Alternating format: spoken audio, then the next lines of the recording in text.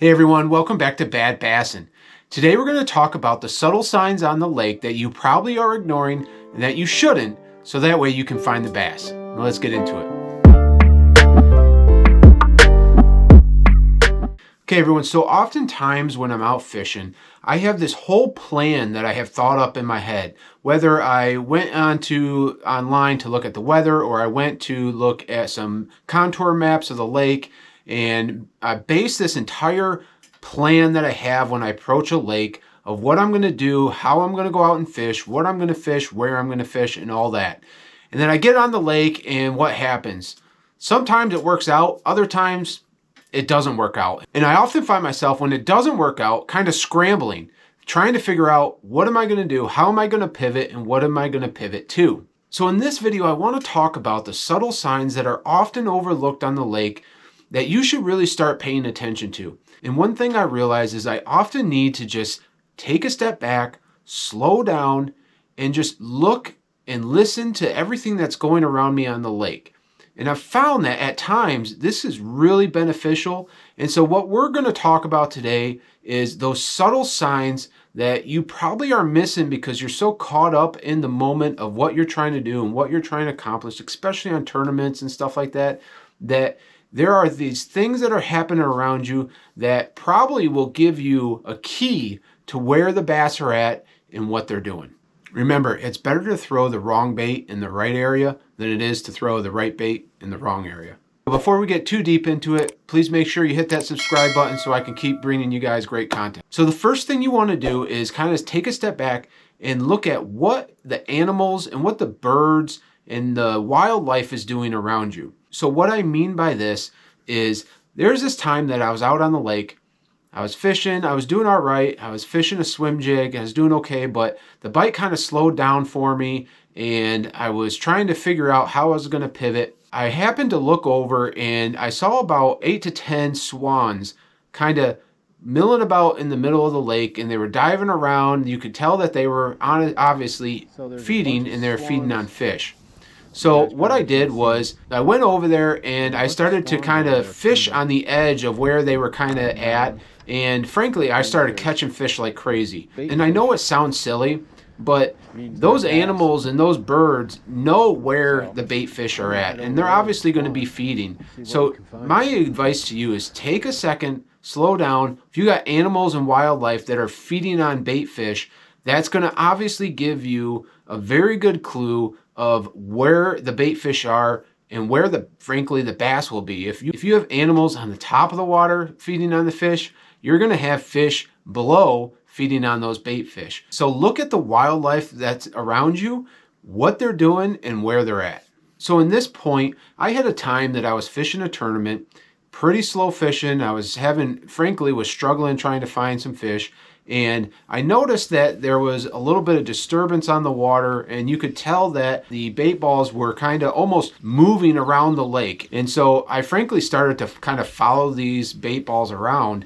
And of course, what happened was I started catching some fish. So what I look for, obviously, is disturbance on the water from those bait balls kind of moving around. If something's below them that's coming up to them, we all know that they're going to move around. So you don't have to have side scan. You don't have to have down scan. You don't have to have all these electronics to be able to find this. You're going to see the disturbance on the water as these bait fish are moving. And what I did is I just went over there and I started throwing underspins. I started throwing like buzz baits and spinner baits and stuff like that. And I started catching fish. And when you see those bait balls, start throwing that kind of stuff through those bait balls, and you're going to have the fish that are following those bait balls around start hitting those baits for you. So the next thing you want to kind of look for is water transition areas. And what I mean by that in this context is frankly where you might have two different bodies of water, let's say a river and the lake coming together,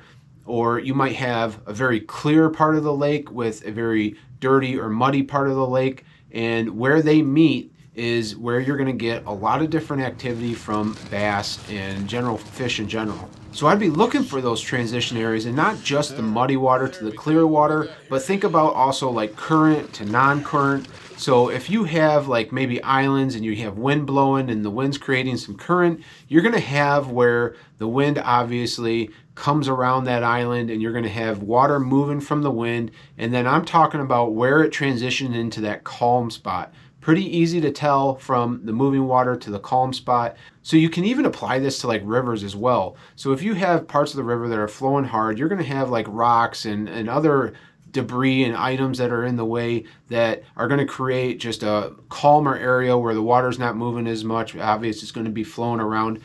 Bass and smallmouth and fish in general love to hang out in those areas. And those are all great areas where they're frankly just waiting to ambush baitfish as they move by. So any time that you have, you know, current and a calm water or any sort of water transition from clear to muddy, current to non-current, are great places for you to find fish. So the next tip is be quiet and listen to what is happening around you. So this one time I was fishing and I was throwing a chatterbait and it wasn't really working very well. And I ended up actually just kind of putting the rod away and I was eating lunch and I just started to hear everything that was kind of happening around me. And what I really started hearing was all the frogs. So I actually went over to an area that had a bunch of lily pads that I actually had moved through before and fished on the edge of those lily pads. And I just started throwing the frog because they were just chirping like crazy over there. And frankly, it was an amazing and awesome frog day. So think about that, is just take a second, be quiet, listen to what's happening around you, and see if maybe you can hear something that's going on. For me, that day was the frogs, and it actually worked out really well for me. Frankly, if you just slow down and you take a second to see what's going on around you, so you look and listen, you'll actually see patterns develop that you might not have been fishing or you weren't aware of at one point. I hope you guys enjoyed this video. Please make sure you like and subscribe. Leave a comment about what you thought or anything you want to add or what you want to see me cover in the future. See you guys next time.